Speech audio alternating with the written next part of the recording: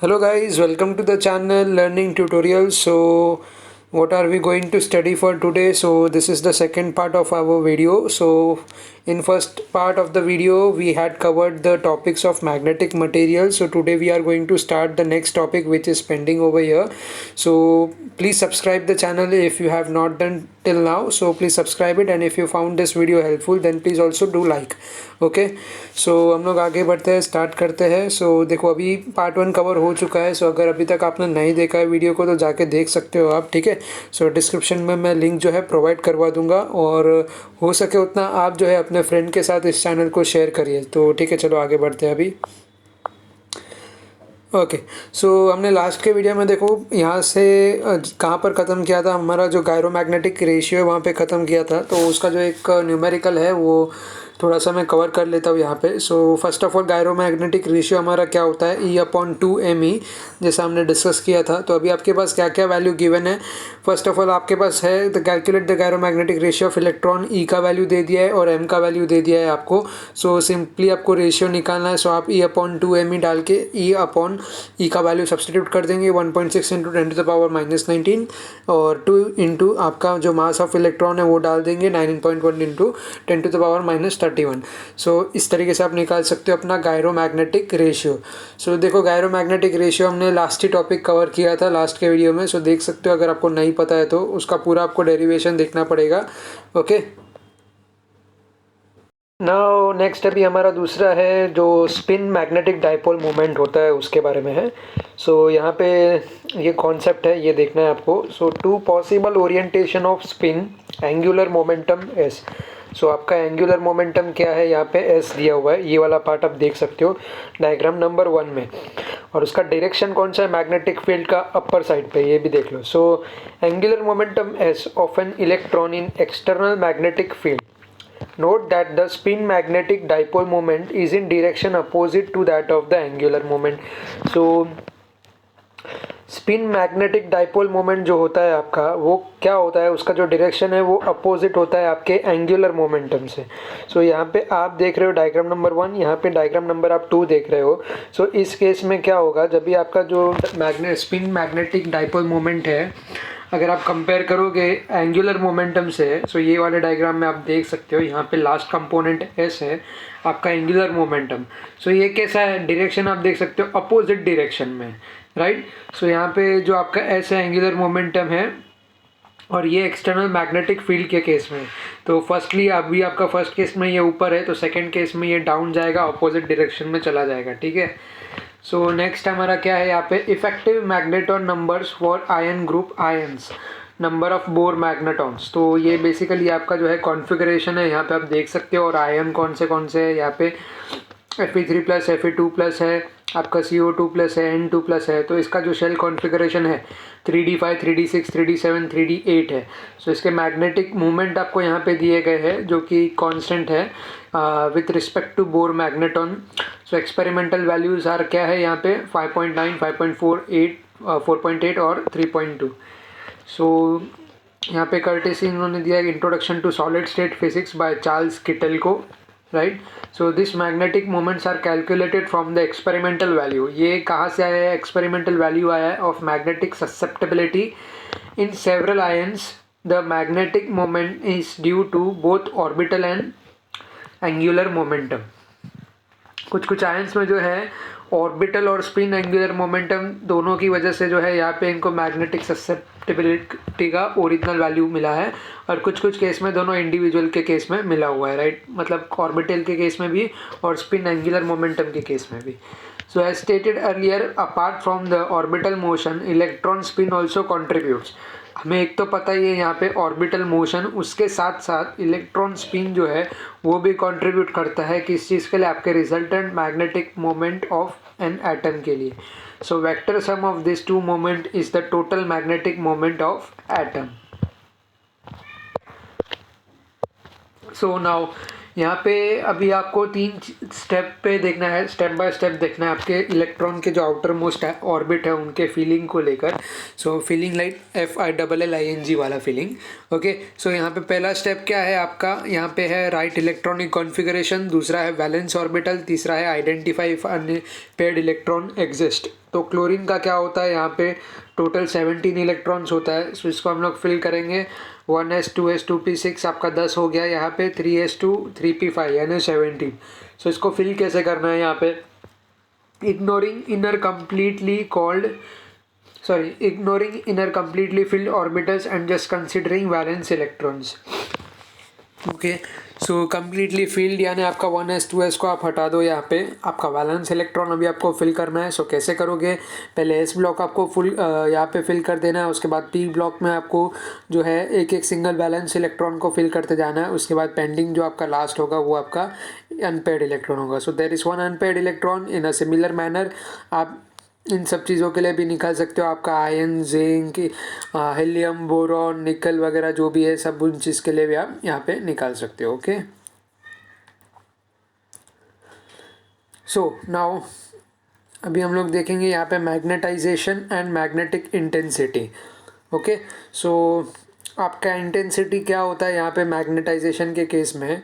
So like जैसे यहाँ पे लास्ट स्टेटमेंट अगर आप देख रहे हो तो ratio of magnetic moment to the volume of the material is called magnetization. So आपका मैग्नेटाइजेशन क्या है, ये ratio of magnetic moment to the volume, यानी कि आपका ये मैग्नेटिक मोमेंट अपॉन वॉल्यूम जो है आपका मैग्नेटाइजेशन होता है यहाँ पे। So in the early section you have seen that the atoms with unpaired electron have a net magnetic dipole moment. The bulk material is made up of large number of such atoms, each having an inherent magnetic moment. The magnetic dipole moment are randomly oriented and hence the net dipole moment of many of bulk material is zero. For some material such as Fe3O4, the vector addition of all this magnetic dipole moment may not be zero। सभी के case में zero नहीं होगा और but लेकिन जो भी mention हमारे है यहाँ पे बल्क मटेरियल जिनके डाइपोल मोमेंट ज़ीरो है, सो ये इनमें से एक्सेप्शन केस है आपका Fe3O4 जो है यहाँ पे वेक्टर एडिशन के बाद भी ये ज़ीरो नहीं होगा। So such material have a net magnetic moment. So इसको हम लोग कैसे डिफाइन करेंगे, capital M is equals to M net upon its volume, right. So इसको आप क्या बोलोगे, यहाँ पे मैग्नेटाइजेशन बोलोगे। सो M का क्या वेक्टर क्वांटिटी है, हैविंग डायमेंशन आपका ये आ जाएगा SI unit ampere metre inverse. Okay, so L inverse into A ये आपका हो गया यहाँ पे dimension.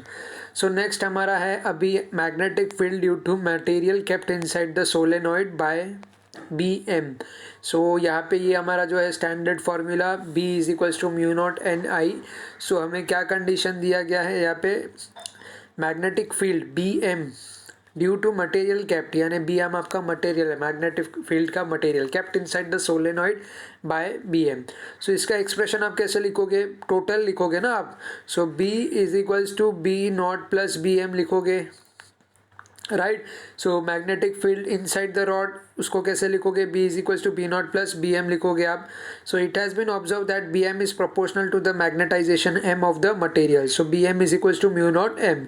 So permeability, so P not is permeability of free space. तो P नॉट जो है आपको यहाँ पे परमेबिलिटी दिया गया है, तो ये पहला जो इक्वेशन है आपको यहाँ पे लिख लेना है एज इट इज़। उसके बाद आपको म्यू नॉट M को ऐड कर लेना है, B नॉट प्लस BM करना है। यहाँ पे क्या लिखा है, B नॉट प्लस BM लिखा है ना, तो B नॉट का ये वैल्यू है और BM का वैल्यू क्या है, BM का वैल्यू ये है। So B not plus BM आप ऐड कर दो तो आपको ये मिल जाएगा टर्म, राइट। उसके बाद आपको क्या करना है, म्यू नॉट को कॉमन ले लेना है और H का वैल्यू निकालना है। सो H का वैल्यू क्या आ जाएगा, B upon mu not minus M आएगा, राइट। सो B का केस यहाँ पे क्या है, again B is equals to आप कैसे लिख सकते हो, mu not H plus mu not XH लिख सकते हो ना, यहाँ पे mu not X into H लिख सकते हो आप। So mu not X into H जब लिखोगे, सो म्यू नॉट को अगेन आपको क्या कर लेना है, कॉमन ले लेना है, 1 प्लस XH आपका इनसाइड रह जाएगा, अंदर रह जाएगा। सो म्यू नॉट को आप लिखोगे, उसके बाद जो है 1 प्लस X को आप क्या लिखोगे, म्यू R लिख दोगे। So mu R is equal to 1+x लिख दिया आपने, तो बी का वैल्यू आपको क्या मिल गया, म्यू एच मिल गया, right. So mu is equals to mu not into mu R, thus mu is equals to mu not into 1+x। था कि नहीं सिंपल। अभी एक और बार अगर आपको फास्ट लगा है तो धीरे से बता देता हूँ आपको, तो इजीली समझ में आ जाएगा, ठीक है। सो पहला केस देखो, ये तो समझ में आ गया, आपको ये परफॉर्म करना है, तो बी नॉट का वैल्यू पता होना चाहिए, बी नॉट का वैल्यू आ गया, बी एम का पता होना चाहिए, बी एम का वैल्यू आ गया। ये दो वैल्यू आने के बाद म्यू नॉट को कॉमन ले लो, सो आप ये स्टेप तक पहुंच जाओगे, इतना तो समझ में आ गया ना आपको। अभी जैसे अभी आपको एच का वैल्यू निकालना है, तो पहले ब्रैकेट खोल लो, सो क्या हो जाएगा, mu not H plus mu not M, बराबर। सो आपको शिफ्ट करना है, तो एच का वैल्यू भी यहाँ से आ जाएगा यहाँ पे, राइट। सो अभी हमारा b का वैल्यू क्या होता है, b का जो वैल्यू है हमारा वो क्या होता है, यहाँ पे म्यू नॉट एक्स एच होता है, ये आपको पता है, ओके। सो यहाँ पे करंटली हमारे पास क्या है, यहाँ पे इसका वैल्यू, यहाँ पे वैल्यू है म्यू नॉट एम वैल्यू है। सो ये जो हमने कैलकुलेट किया, तो म्यू नॉट एच आ गया एक, और दूसरा आ गया आपका म्यू नॉट एम आ गया। सो म्यू नॉट एच लिख दिया और प्लस आपका म्यू नॉट एक्स एच लिखा, म्यू नॉट को कॉमन ले लेंगे, सो क्या बच जाएगा यहाँ पे आएगा आपका mu not mu R H. So 1+x को हमने म्यू आर लिख दिया यहाँ पे। सो b का वैल्यू आपका क्या आ गया, म्यू एच आ गया। अभी म्यू एच कैसे आया, आप बोलोगे कि mu not into mu R है, तो अभी म्यू का वैल्यू इन्होंने क्या ले लिया, mu not into mu R. So ये ले लिया इन्होंने म्यू का वैल्यू यहाँ पे, सो म्यू एच आया, राइट। ये स्टेप समझ में आ गया। सो आपका जो टोटल म्यू का वैल्यू है, टोटल म्यू का वैल्यू आप कैसे लिखोगे, म्यू आर को सब्सटीट्यूट कर दो, म्यू आर का वैल्यू क्या है, 1+x है, सो यही लिख दिया। आई होप अभी आपको समझ में आ गया होगा, नहीं आया तो आप पेपर पेन लेके इसको बुक में सॉल्व करो, आपको 100% ये जो है यहाँ पे आ जाएगा, राइट। नेक्स्ट हमारा है परमिएबिलिटी और परमिटिविटी है, ये दो टर्म है। सो ये होता क्या है बेसिकली आपका यहाँ पे परमिएबिलिटी और परमिटिविटी। सो अगर हम ब्रॉड टर्म में देखें, सो परमिएबिलिटी और परमिटिविटी क्या होता है। सो बेसिकली आपका जो परमिएबिलिटी होता है वो क्या होता है, ये यहाँ पे आपका वल्नरेबिलिटी या पेनिट्रेबिलिटी हम लोग बोल सकते हैं, और जो आपका परमिटिविटी है उसको हम लोग क्या बोलेंगे, इसमें जो होता है the ability of electrical energy to store in the electrical field. So ये आपका क्या होता है, परमिटिविटी होता है। सो मैग्नेटिक टर्म्स में हम देखेंगे, so magnetic permeability is term analogous to permittivity in electrostatics. किस केस में, इलेक्ट्रोस्टैटिक्स के केस में ये। So it's basically tell us about the number of magnetic line of force that are passing through a given substance when it is kept in an external magnetic field.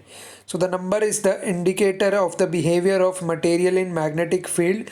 The superconductor X is equals to -1. If you substitute in equation, it is observed that permeability of material mu is equals to 0. This means no magnetic lines will pass through the superconductor. Okay.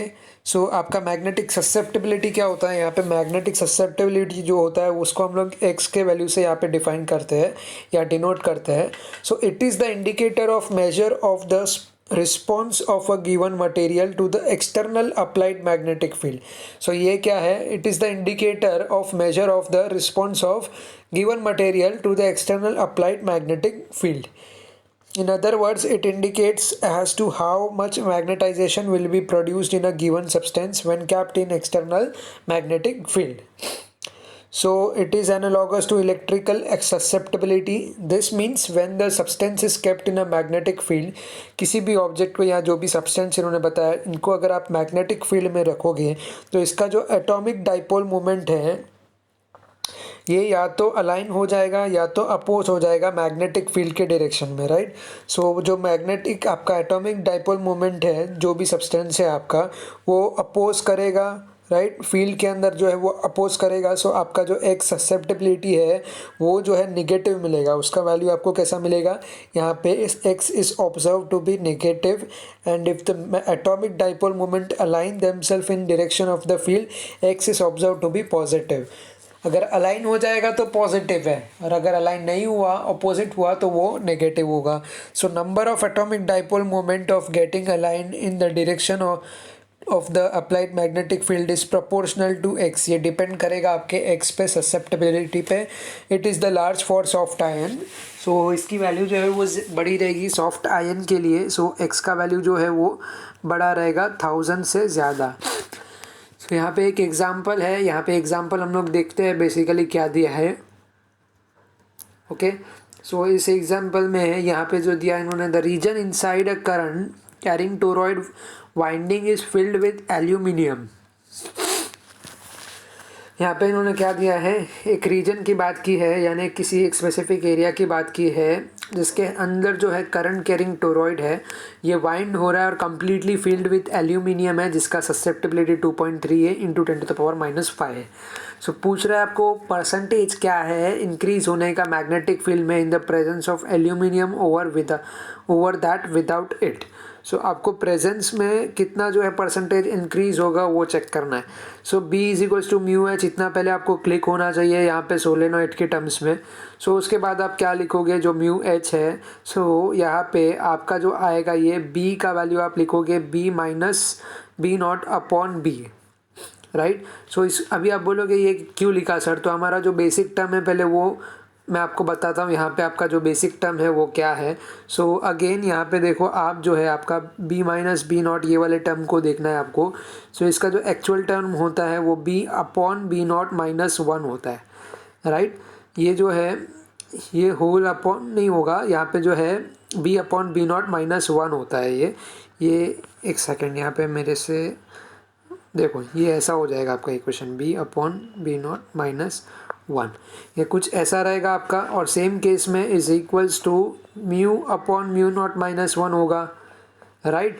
सो जब भी आप इनको common denominator में ले लोगे तो ये term आपको मिल जाएगा यहाँ पे। सो म्यू का वैल्यू क्या है, म्यू0 इंटू 1 प्लस एक्स है। सो म्यू का वैल्यू सिंपली क्या आ जाएगा, mu is equals to mu upon म्यू0 minus 1 is equals to susceptibility. So ये आपका वैल्यू आ गया। सो देयरफॉर आपका ये वैल्यू है B minus B0 upon B0 is equals to mu minus म्यू0 अपॉन म्यू0 is equals to susceptibility x। So percentage increase कैसे निकालोगे, अभी आप इंटू 100 से मल्टीप्लाई कर दोगे, राइट। सो वो परसेंटेज आपको मिल जाएगा यहाँ पे 2.3 इंटू 10⁻⁻5 इंटू 100 कर दो। सो क्या मिल जाएगा आपको 0.003, राइट। सो 0.003 आ गया यहाँ पे आपको वैल्यू, यानी कि आप बोल सकते हो यहाँ पे 2.3 इंटू 10⁻³ बोल सकते हो, राइट। सो ये आगे बढ़ते हम लोग, ये वाला भी टॉपिक हो गया हमारा। सो अभी यहाँ पे एक चार्ट आपको दे दिया गया है डायमैग्नेटिक सब्सटेंस के लिए और पैरामैग्नेटिक सब्सटेंस के लिए, इनके जो ससेप्टेबिलिटी आपको चार्ट जो है यहाँ पे गिवन है। सो यहाँ पे आपको इनको याद नहीं करना है, ये जस्ट यहाँ पे आपको एक जो एक्सपेरिमेंटल वैल्यू है उसका चार्ट आपको प्रोवाइड किया गया है। सो आपके पास टाइप ऑफ मटेरियल होता है, डायमैग्नेटिक होता है, पैरामैग्नेटिक होता है, फेरोमैग्नेटिक होता है, उनका स्पेसिफिक रेंज होता है। ससेप्टेबिलिटी का जो है यहाँ पे आपको रेंज दिखेगा। तो सबसे ज़्यादा पावरफुल किसका होता है, फेरोमैग्नेटिक सीरीज़ का होता है, यहाँ पे सबसे ज़्यादा पावरफुल होता है। ये जो है 100 से लेके 1000 तक वेरी करता है। पैरामैग्नेटिक के इसमें कैसा हो जाएगा, ये जो है आपका यहाँ पे 10⁻³ से लेके अप टू 0 होगा। और सबसे कम किसका होगा, डायमैग्नेटिक का होगा, जो कि है 10⁻³ से 10⁻⁵ तक। ओके, सो ये आपका मैग्नेटिक प्रॉपर्टी आप बोल सकते हो। So magnetic property of material. So the behavior of a material in presence of external magnetic field satisfied material broadly into diamagnetic, paramagnetic and ferromagnetic material. Okay. So magnetic susceptibility for diamagnetic material is negative and for magnetic positive but small. For ferromagnetic material it is positive and large. जैसा मैंने अभी आपको बताया, ferromagnetic का जो है value बड़ा होता है, ज़्यादा होता है। पैरामैग्नेटिक का यहाँ पे जो वैल्यू है वो नेगेटिव नहीं है बट वो छोटा है, और मैग्नेटिक आपका डायमैग्नेटिक का है वो नेगेटिव भी है और छोटा भी है वैल्यू। ओके, सो अभी हम लोग देखेंगे यहाँ पे डायमैग्नेटिज्म का कॉन्सेप्ट। सो यहाँ पे जो है in earlier section it is discussed that atom molecules with completely filled electron orbit possess no net magnetic dipole moment। अगर completely filled है तो आपका जो है net magnetic dipole moment यहाँ पे जो है ज़ीरो हो जाएगा इस केस में. So such material behave as diamagnetic material when this material are placed in external magnetic field they move from stronger part of the magnetic field to the weaker. यानी कि आपका जो स्ट्रॉन्गर पार्ट है यहाँ पे किस case में मैं बोल रहा हूँ आपको, डायमैग्नेटिज्म के केस में बोल रहा हूँ. जो आपका डायमैग्नेटिक मटेरियल है, आपका जो भी है यहाँ पे डायमैग्नेटिक मटेरियल है, ये इसका रोल क्या है, स्ट्रॉन्गर से कहाँ पे जाना, वीकर में जाना होता है. ठीक है. सो ये स्ट्रॉन्गर से वीकर जाएगा. इसका वैल्यू क्या है, निगेटिव नहीं है बट छोटा है. जो डायमैग्नेटिक का हमने ससेप्टिबिलिटी चेक किया, राइट, अभी देखा था ना प्रीवियस चार्ट में. सो ये डायमैग्नेटिक मटेरियल हो गया. तो इसका काम क्या है, they move from stronger part of the magnetic field to the weaker part of the magnetic field. Unlike magnet attracting magnetic material, this material are repelled by a magnet. So इसमें क्या हो जाएगा, रिपल्शन हो जाएगा bye किससे, magnet से. Repulsion bye magnet किस case में, डायमैग्नेटिक केस में. यानी कि इसमें जो है स्ट्रॉन्गर पार्ट से लेके वीकर पार्ट में जो है यहाँ पे ट्रांसफ़र होगा, और आपका रिपल्शन जो होगा यहाँ पे किस केस में होगा, मटेरियल का मैग्नेट से रिपल्शन होगा. सो यहाँ पे आपको क्लॉकवाइज एंटी क्लॉकवाइज दिया हुआ है motion of electron brought in magnetic field में. सो अगर आपको थंब रूल पता है तो अगर आप क्लॉकवाइज करते हो तो आपका जो यहाँ पे मैग्नेटिक फील्ड है, अगर आप प्रॉपरली अगर क्लॉकवाइज जा रहे हो यहाँ पे, सो ये बी का केस जो है ये आपके लिए यहाँ पे लागू होगा. और अगर आप जो है यहाँ पे एंटी क्लॉकवाइज जाओगे तो आपका जो फील्ड है ये यहाँ पे ऊपर चले जाएगा, राइट. सो ये एक प्रोसेस है यहाँ पे, clockwise and anti clockwise motion of electron brought in magnetic field. Simple है, आप राइट हैंड थंब रूल जो है यहाँ पे यूज़ कर सकते हो.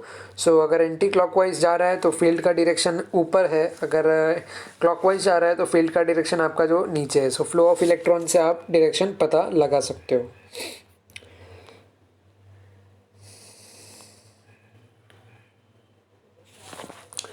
सो यहाँ पे अभी आप देख रहे हो एग्जाम्पल ऑफ डायमैग्नेटिक. सो अभी आप देख रहे हो यहाँ पे example diamagnetic substance in uniform magnetic field. So diamagnetic जो भी आपका सब्सटेंस है वो यूनिफॉर्म मैग्नेटिक फील्ड में कैसे रिएक्ट करेगा. सो यहाँ पे जो इन्होंने डायमैग्नेटिक मटेरियल का एग्जांपल लिया है वो क्या क्या है, कॉपर है, गोल्ड है, मेटल है, बिस्मुथ एंड मैनी मेटल्स बताया है, lead, silicon, glass, water, would, plastic etcetera. ये हमारे रेगुलर डायमैग्नेटिक प्रॉपर्टी है या मटेरियल है जो कि हर मटेरियल में आपका जो है इन सारे मटेरियल में प्रेजेंट होता है. सो किसी केस में क्या होगा, वीकर होगा, और किसी केस में क्या होगा, यह स्ट्रॉन्गर होगा. कभी जब हम कंपेयर करेंगे पैरामैग्नेटिक मटेरियल और फेरोमैग्नेटिक मटेरियल से, राइट. सो ये ऐसा कुछ डायग्राम आपको यहाँ पे दिया गया है. Diamagnetic substance in uniform magnetic field है. सो ये जो भी आपका सब्सटेंस है तो इसका मोशन कैसा हो जाएगा, यहाँ पे अट्रैक्टिव मोशन रहेगा. सो ये वेव आप समझ रहे हो यहाँ पे इस तरीके से क्लोज होके जाएगा. इसके जो है आपका जो मटेरियल है उसी के डायरेक्शन में यहाँ पे आप वेव देख सकते हो. सो इसमें भी आपका पोल दिया है, नॉर्थ पोल और साउथ पोल है. यहाँ पे आप डायरेक्शन देख सकते हो, यहाँ पे जो है अट्रैक्टिव मोमेंट है और स्ट्रेट है in the presence of electric field. So एक एक्सपेरिमेंटल टास्क इन्होंने यहाँ पे दिया है आपको. Take a bar magnet available in your laboratory, a small glass test tube with a cork partially filled with water and fixed on the piece of such material से wood. यानी आपको क्या लेना है, यहाँ पे बार मैग्नेट लेना है, ओके, और एक टेस्ट ट्यूब लेना है विथ अ कॉर्क जो आता है partially filled with water and fix on piece of such a material से वुड. यानी फिक्स करके रखना है that this system can float on water. यानी ये जो सिस्टम आपने बनाया वो पानी में फ्लो होना चाहिए. Let the test tube and the float be kept floating in a water bath and or some plastic tray containing water available in the laboratory.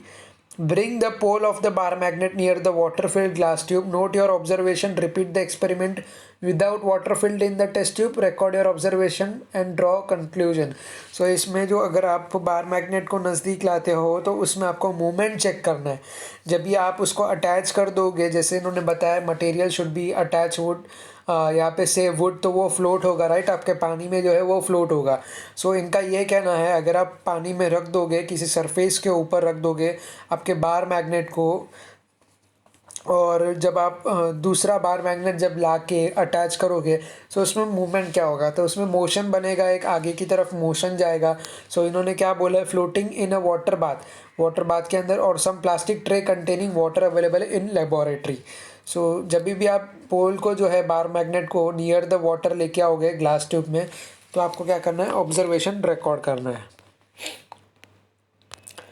अब यहाँ पे आपको एक सुपर कंडक्टर का कॉन्सेप्ट दिया है। When super conductor x is equal to -1 are placed in external magnetic field,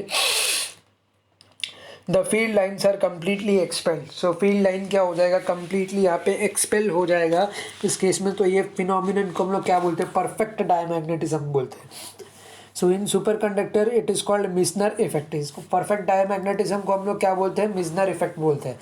So if a good electrical conductor is kept in a magnetic field, the field lines do penetrate the surface region to a certain extent.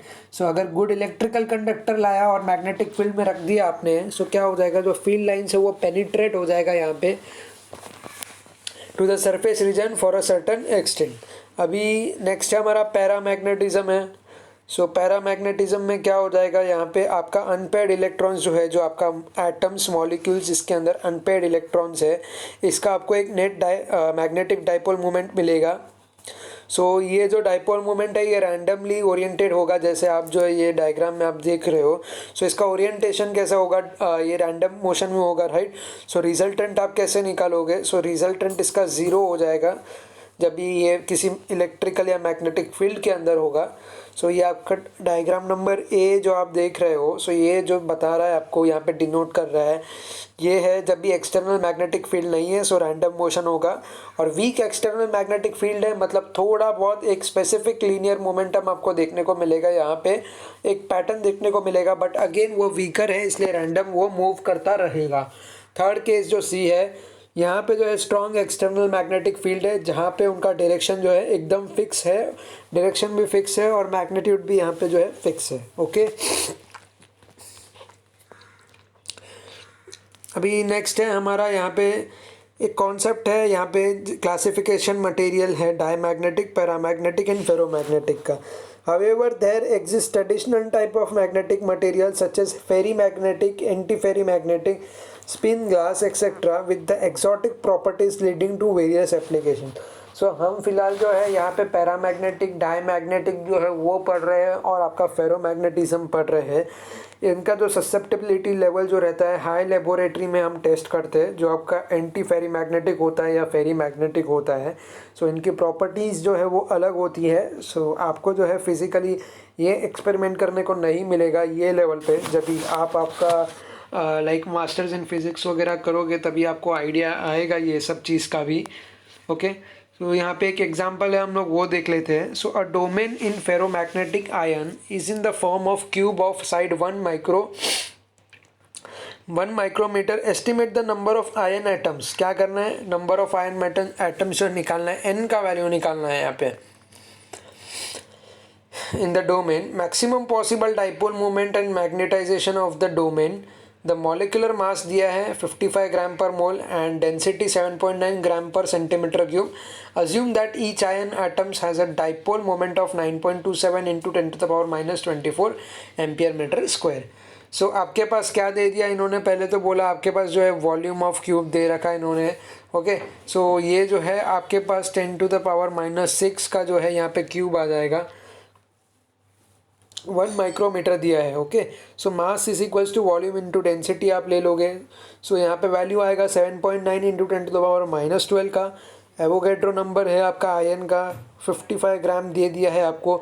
So N क्या निकालोगे आप, N का value क्या हो जाएगा आपका 7.9 into 10⁻12 into 6.023 into 10⁻23 upon 55, right.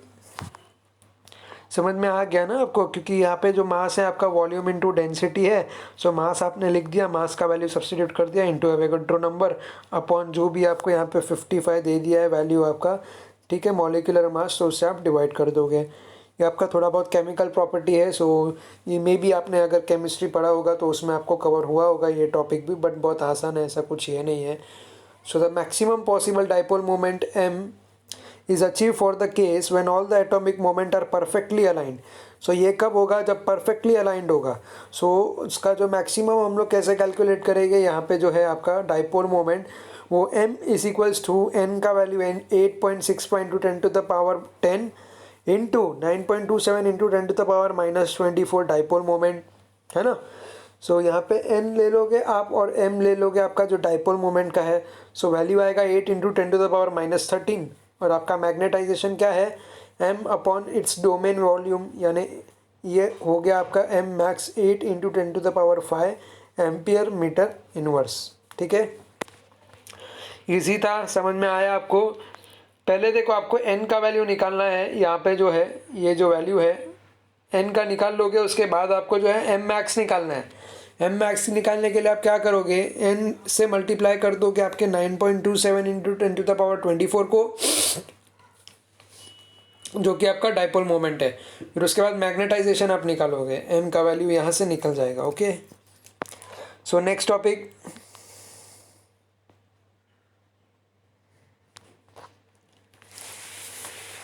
Okay, यहाँ पे आपका नेक्स्ट टॉपिक है the relation between the magnetic susceptibility of a material when it is acquired paramagnetic property and the temperature T।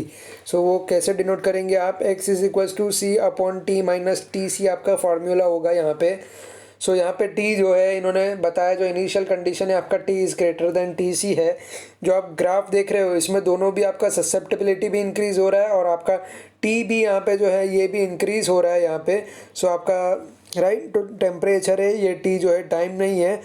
तो इस केस में क्या होगा, इनिशियली कंडीशन में जो है आपका फेरोमैग्नेटिक मटेरियल का वैल्यू हाईएस्ट होगा, बट जैसे ही टेम्परेचर बढ़ता चला जाएगा, यानी कि जैसे भी हीट उसमें बढ़ती चली जाएगी तो उसका वैल्यू क्या है, लो होते जाएगा। सेम केस आपका पैरामैग्नेटिक के केस में भी होगा। सो यहाँ पे क्यूरी टेम्परेचर Tc है आपका of some ferromagnetic material.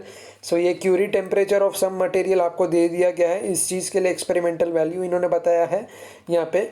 So metallic cobalt के लिए 1394 है, मेटालिक आयन के लिए 1043 है, आपका जो फेरिक ऑक्साइड है ये 893, मेटालिक निकल 631 और मेटालिक गैडोलिनियम जो है 317 है। ओके, सो आपका यहाँ पे सबसे कम वैल्यू किसका है, यहाँ पे मेटालिक गैडोलिनियम का है।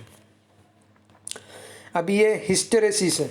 हिस्टेरेसिस का क्या मतलब होता है, फर्स्ट ऑफ ऑल जो इसकी प्रॉपर्टी है वो लैग होती है, तभी हम लोग हिस्टेरिस वर्ड का यहाँ पे यूज़ करते हैं। ठीक है, ये जो ब्रॉड टर्म में हम बोलते हैं यहाँ पे प्रॉपर्टी लैगिंग बोलते हैं। जो भी इसका फिजिकल प्रॉपर्टी है या फिर जो भी इसका प्रेजेंस है किसी एटम या मॉलिक्यूल के अंदर, तो जब भी उसकी प्रॉपर्टी कम पड़ जाती है, जो सेटिस्फाइड नहीं होती है, तभी हम लोग हिस्टेरिसिस वर्ड का यूज़ करते हैं यहाँ पे। सो इन्होंने क्या बताया, the behaviour of ferromagnetic material when placed in external magnetic field is quite interesting and informative. It is non linear, nature कैसा है, non linear, and provides information of magnetic history of the sample. So अगर आपको ये समझना है तो पहले आपको क्या कंसिडर करना पड़ेगा, अनमैग्नेटाइज फेरोमैग्नेटिक मटेरियल जो कि फॉर्म ऑफ रॉड इन्होंने बताया place inside solenoid. So on passing current, जब भी आप करंट पास करोगे थ्रू सोलेनॉइड, सो क्या होगा, जो आपका मैग्नेटिक फील्ड है वो जनरेट हो जाएगा यहाँ पे। इस केस में जो आपका मैग्नेटिक फील्ड जो है यहाँ पे, जो भी आपका मैग्नेटिक फील्ड आपने बी ले लिया, सपोज अगर आपने सोलेनॉइड कंसीडर कर लिया है, इसके अंदर सोलेनॉइड के अंदर अगर आप करंट पास कर रहे हो, सो यहाँ पे जो है ये क्या हो जाएगा, आपका रॉड जो है वो मैग्नेटाइज हो जाएगा, यानी उसका मैग्नेटिक पावर जो है वो यहाँ पे इंक्रीज़ हो जाएगा। सो यहाँ पे मैग्नेटिक ससेप्टेबिलिटी का वैल्यू इंक्रीज़ होता है। सो इन्होंने यही दिया है, knowing the value of susceptibility of material of rod, m magnetisation can be easily calculate by m is equals to x into h। ठीक है, सो सैचुरेशन दिया इन्होंने अपोजिट डायरेक्शन में होगा। सो यहाँ पे मैक्सिमम में हाई हो जाएगा।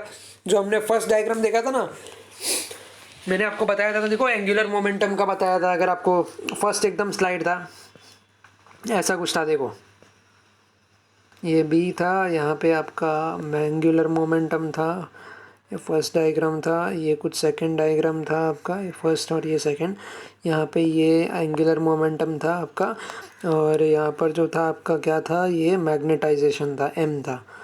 देखो याद आ रहा है, अपर पॉइंट मैग्नेटाइजेशन और लोअर पॉइंट आपका एंगुलर मोमेंटम। सेकेंड डायग्राम में मैग्नेटिक फील्ड का डायरेक्शन अपवर्ड है, तो यहाँ पे डायरेक्शन उसका कैसा हो जाएगा, अपोजिट हो जाएगा। तो बस ये वही ग्राफ उसी को लेकर यहाँ पे ड्रॉ किया है। ठीक है, ये अपोजिट डायरेक्शन में नीचे आ गया सैचुरेशन पॉइंट पे, यहाँ पे फ्लक्स डेंसिटी जो है यहाँ पे हाई हो जाएगा। रिटेंटिविटी हम बोल सकते हैं घटावट जो होता है वो बोल सकते हैं। सो डायग्राम जो है वो स्टार्ट इस पॉइंट से नहीं हो रहा है, वो स्टार्ट यहाँ से हो रहा है। सो फ्लो कहाँ से जा रहा है, आगे से पीछे की तरफ जा रहा है। सो अगर ये सैचुरेशन पॉइंट आपको दिया है H=B/μ0 - m दिया है, सो इसका फ्लो जब आप पीछे लोगे तो वो रिटेंशन में जाएगा। इसको हम प्रोसेस को क्या बोलते हैं, रिटेंटिविटी बोलते हैं। सो रिटेंटिविटी आपका क्या होता है, यहाँ पे जो है रिटेंटिविटी जो है आपका वैल्यू है ये डायरेक्टली प्रोपोर्शनल है। किससे, आपका जो है डायरेक्टली प्रोपोर्शनल है आपके फ्लक्स डेंसिटी से। सो इसको हम कैसे लिखेंगे, आपका जो है फ्लक्स डेंसिटी से ये डायरेक्टली प्रोपोर्शनल है। रिटेंटिविटी बढ़ रहा है तो आपका फ्लक्स डेंसिटी घट रहा है। रिटेंटिविटी आपका जो है यहाँ पे यहाँ पे अगर आपका कम हो रहा है तो फ्लक्स डेंसिटी कम हो रहा है, और अगर बढ़ रहा है तो फ्लक्स डेंसिटी भी आपका बढ़ेगा। सो कोएर्सिटिविटी आप देख सकते हो यहाँ पे पॉइंट C है, यहाँ पे इन्होंने कोएर्सिटिविटी लिया हुआ है इस टर्म को। कोएर्सिटिविटी जो आपका होता है ये, सो ये क्या होता है, ओरिजिन से अगर आप स्टार्ट करोगे सैचुरेशन पॉइंट तक तो वो इंक्रीज होगा विथ रिस्पेक्ट टू आपके मैग्नेटिक फील्ड में। सो यहाँ पे आपका नेगेटिव मैग्नेटिक फील्ड दिया है, flux density in opposite direction में। सो यहाँ पे आपका क्या हो रहा है, इसको हम लोग बोलते हैं हिस्टेरेसिस साइकिल लूप बोलते हैं। क्या बोलेंगे इसको, हिस्टेरेसिस साइकिल लूप बोलेंगे, ठीक है। सो गाइस अभी हमारा ये है ऑलमोस्ट एंड होने आ रहा है ये टॉपिक, तो भाई थोड़ा देख लो, यहाँ पे ध्यान दे दो यार, कुछ नहीं हो जाएगा, थोड़ा सा आप ध्यान दोगे तो आपका ही फ़ायदा है। सो आई होप थोड़ा सा बोरिंग जाएगा, क्योंकि देखो बड़ी वीडियोस बनाने में ऐसा ही होता है, थोड़ा बहुत आपको बोर होगा, लेकिन अगर आप ध्यान दोगे तो आपका टॉपिक जो है यहाँ पे कॉन्सेप्ट भी क्लियर हो जाएगा। सो यहाँ पे what is soft magnetic material. देखो सॉफ्ट मैग्नेटिक मटेरियल क्या होता है, जैसे हमने फेरो मैग्नेटिक मटेरियल का बात किया था, ये जो है इजीली मैग्नेटाइज भी होता है और डीमैग्नेटाइज भी हो जाता है। सो उसी केस में हार्ड में ये क्या होता है, ये देखो हार्ड मैग्नेटिक मटेरियल है और सॉफ्ट मैग्नेटिक मटेरियल है। सो यहाँ पे आपका जो है हिस्टेरेसिस लूप है, हार्ड मटेरियल के लिए दिया हुआ है और फेरोमैग्नेटिक मटेरियल के लिए दिया हुआ है। सो ये पहला केस कभी होगा आपका जो है यहाँ पे ये हार्ड मटेरियल के होगा, और यहाँ पे जो है सॉफ्ट मैग्नेटिक मटेरियल के लिए होगा, है ना। सो ये डायग्राम आप समझ गए। सो ये पहला केस जो है आपको इजीली मैग्नेटाइज होगा, दूसरे केस में जो है डीमैग्नेटाइज हो जाएगा। So there are different type of shielding available. अभी जो हम देख रहे हैं वो मैग्नेटिक शील्डिंग है, ये भी बहुत अच्छा कॉन्सेप्ट है, छोटा टॉपिक है। So different type of shielding जो है आपको अवेलेबल होता है यहाँ पे, लाइक इलेक्ट्रिकल होता है, acoustic shielding apart from magnetic shielding. So electrical insulator function as an electrical barrier or shield, it comes in a wide array of materials. Normally the electrical wire used in household are also shielded. वो क्या होता है, shielded होता है, ताकि आपका जो current है, जो क्लोज लूप है या जो क्लोज कंडक्टर है उसके बाहर लीक ना हो सके। लीक होगा तो अल्टीमेटली आपको करंट लगेगा, राइट। सो जब भी आप सीलिंग में जो देखते हो वो वायर वगैरह रहता है ना, जो आपका सीलिंग में होता है, बहुत लोगों का सीलिंग में अभी न्यू टेक्नोलॉजी जैसा यूज़ हो रहा है। सो उसमें क्या होता है, आपका मैग्नेटिक शील्डिंग होता है बेसिकली। सो वो शील्डिंग आपको प्रोटेक्ट करता है। अगर वो सारी चीज़ें हैं आपके गैल्वेनोमीटर से जो चेक होता है, डिफ्लेक्शन रेट उसका चेक किया जाता है, बहुत कुछ चेक किया जाता है। सो यहाँ पे जो है इलेक्ट्रिकल वायर्स जो यूज़ होता है आपके हाउस होल्ड में, जो घरेलू आपका जो वायरिंग होता है, इलेक्ट्रिकल्स होता है, वो सारे क्या होते हैं, शील्डेड होते हैं।